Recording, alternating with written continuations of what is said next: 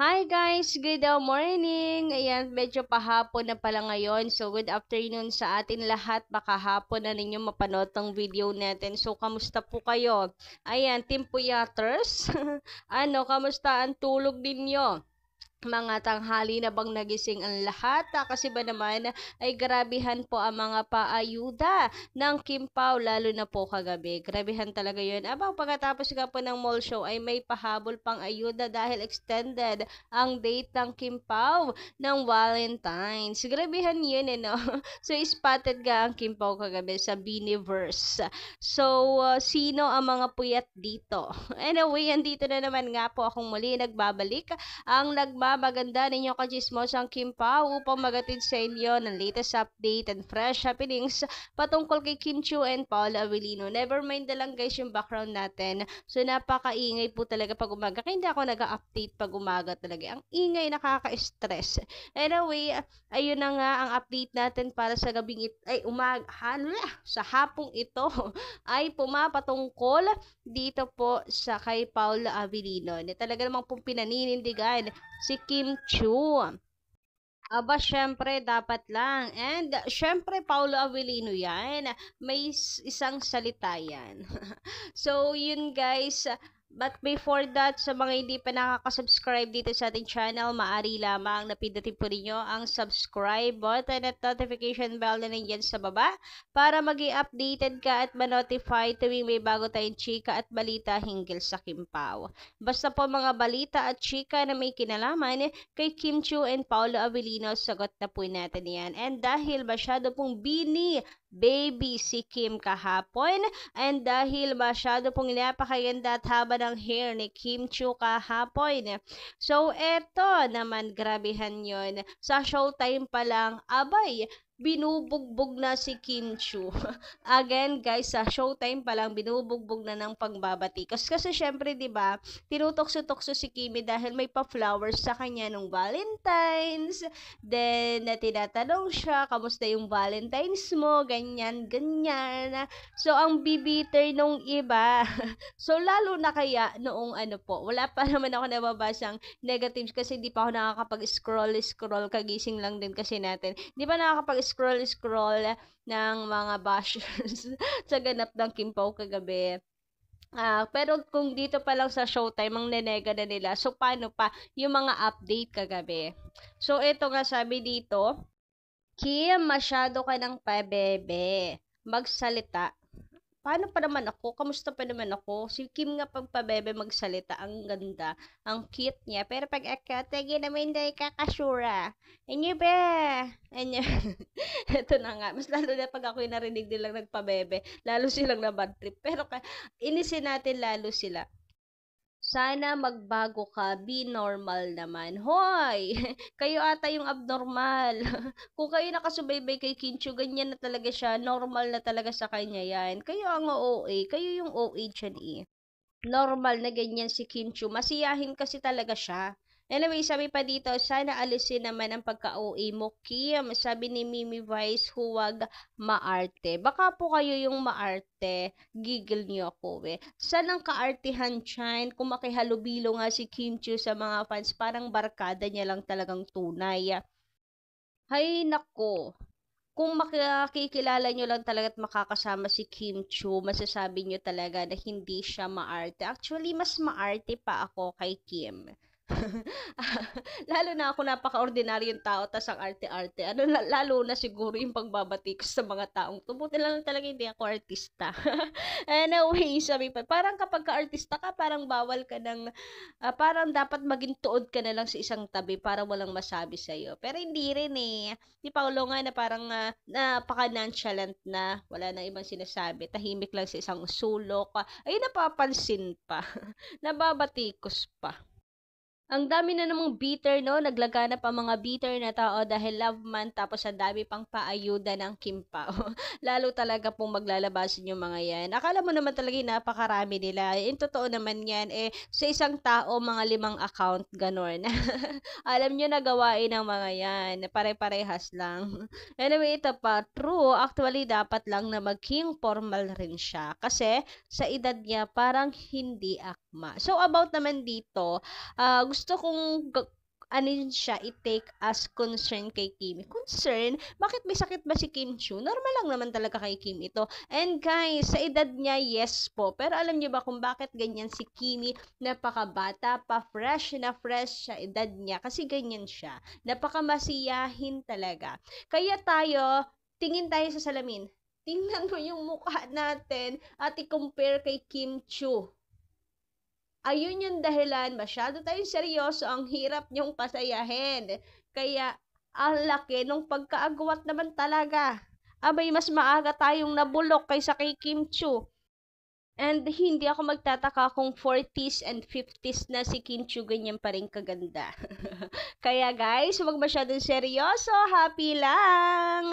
Para hindi kayo naiinggit at hindi para hindi kayo lagi na lang nakapikit dahil lagi kayong inggit. Anyway, eto naman. Sabi dito, eto na yung mga pagod words natin. Simulan na nga natin. Dahil tapos na tayo sa mga bitter na tao, dito naman tayo sa masayang update natin dahil deserve natin maging masaya. Ang buwan na to ang kinin natin. Charot lang. Ang OA. Pero talaga naman pong month of Kim Pao sa dami pong ayuda today. Ngayong month na to. At dahil dumaan ang araw ng mga puso, si Kuya Ryan, abay may paayuda din. Sabi ni Kuya Ryan, sumagot si Kuya Ryan bang na nahanap na daw niya si Mr. Right. Kasi naman 'di ba, may yung Paulo doon sa ay pinapabigyan ng message si Kim, and ang sabi niya isa na mahanap niya na si Mr. Right. Pero si Kuya Ryan abaw at nahanap na daw talaga ni Kim Chu ang Mr. Right. So doon pa lang alam na natin. Di ba, bongga? Sige, push ko na yan hanggang sa kasalan, Kim Pao. Charot. Grabe, nunahan. Samantala, since hindi ko pa na-update yung tungkol sa event ni Paolo, sabi ko naman sa inyo, grabe natatabunan na tayo ng paayuda. Yung tipong hindi ko pa na-update ito, meron na naman, babagsakan na naman tayo ng ayuda ng Kim Pao. So, kaya guys, pagpasensyahan nyo na, iisa-isahin talaga natin yan. Alam ko naman na gustong-gusto nyo rin na balik-balikan yan. Anyway, eto na nga dito tayo sa kinanta ni Paolo Avellino, na gagawin ko ang lahat para sa huli ay tayo. Grabe, di ba? Baka makaka-copyright din ako. Sa bagay, wala naman ako sa tono, so di tayo makaka-copyright. So, ayan, grabehan yun. Talaga namang pati sarili din noon. Ayun, ang ganda ng linyahan na yan. Ang ganda ng lyrics. Bagay na bagay talaga kay Paolo Avellino dahil talaga namang pong tumutugma sa mga sacrifices. Mga pag-aantay ni Paolo Avellino. Aba talaga mang ginawa po niya ang lahat. Ginawa ang lahat. Actually, lang talaga si Paolo ginagalang niya si Kim Chu. Kasi kahit masasabi mo, kung hindi matinong lalaki si Paolo Avellino, gusto niya si Kim Chu, gagawa yan ng paraan kahit may masagasaan. Pero hindi. Sa sobrang mahal niya si Kim Chu, nandun yung respeto niya kahit gustong-gusto niya si Kim. Hindi niya talaga sinagasaan ang naging karelasyon nito. Kasi pwede naman siya sumingit, di ba? Pero ngayon, natadhana na po ang gumalaw at gumawa ng paraan. Abay, eto na si Paolo Avellino. Lahat ay gagawin na ngayon para hindi na mawala si Kim Chu. Kanyang paninindigan na talaga yan na hindi na niya pakakawalan si Kimi. Lahat gagawin niya para sa huli ay sila. Yan, di ba bongga? Bagay na bagay talaga ito sa kay Paolo Avellino, di ba? Sino ang agree po dito? Anyway, may nabasa akong komento. Sabi po dito ng komentor, ginawa mo na ang lahat, kaya napasayo na ang pinapangarap mo at iniintay ng mahigit isang dekada. Grabe nga, inintay ng mahigit isang dekada. Grabe nga naman sa isang dekada.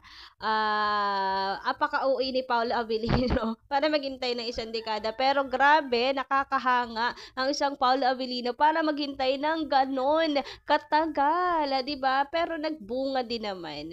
Naghintay siya ng wala pong ginagawang masama, tinatpaka na ibang tao.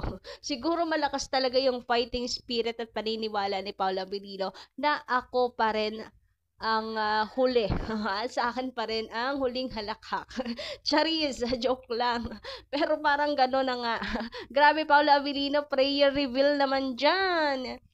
Then, sabi pa dito, dinaan sa kanta ni Pau mga bashers, hindi nyo pa rin get. So, oo nga. Sorry mga bashers, kasi gagawin po ang lahat ni Paulo para sila pa rin ni Kim Chiu sa dulo. Charis! Anyway, eto naman. Dahil nga po napasayaw ni Kim Chiu, si Paulo Avellino, grabe ka, Kimberly talaga.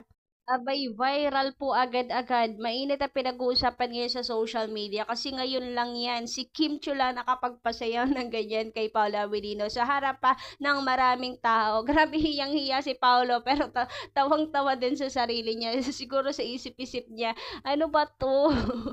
Mga bagay na unusual talaga na gagawa niya because of love. Anyway, ayun na nga, kaka-comment lang po kahapon sabi dito. Kasi dito sa video na to ni Paolo Avellino, umiindak na siya. Tingnan niyo naman. Ayan, umiindak-indak na si Paolo Avellino dyan. Ayan o, yan o. Ayan. So may napa-comment nga na, nung ano pa to ha, wala pa po tong pa Biniverse date ng Kim Pao. So, comment po ito nung event ka ni Paolo Avellino. Sabi, medyo umiindak na si Paolo sa susunod sasayaw na yan. And ayun nga, boom, bigla. After lang na ilang oras ay isang araw ay umindak na nga si Paolo Avellino na pasayaw ni Kim Chiu. Grabehan talaga yan. Ang galing ni ating manghula talaga. Grabe. Anyway, nakakatuwa. Ang saya po pagmasdan talaga ng Kim Pao. Sana forever na talaga silang dalawa. Praying and manifesting. Pero syempre dito muna tayo sa movie ng Kim Pao. Guys, supportahan natin ito sa ayan, sa mga mall shows nila of course and lalong higit sa kanila pong first day of showing. Anyway, hanggang dito lang po muna guys ang ating update. Maraming salamat sa inyong pakikinig at pakikitambay dito sa ating channel and please don't forget to click the subscribe button and notification bell para sa iba pang mga balita. Maraming salamat!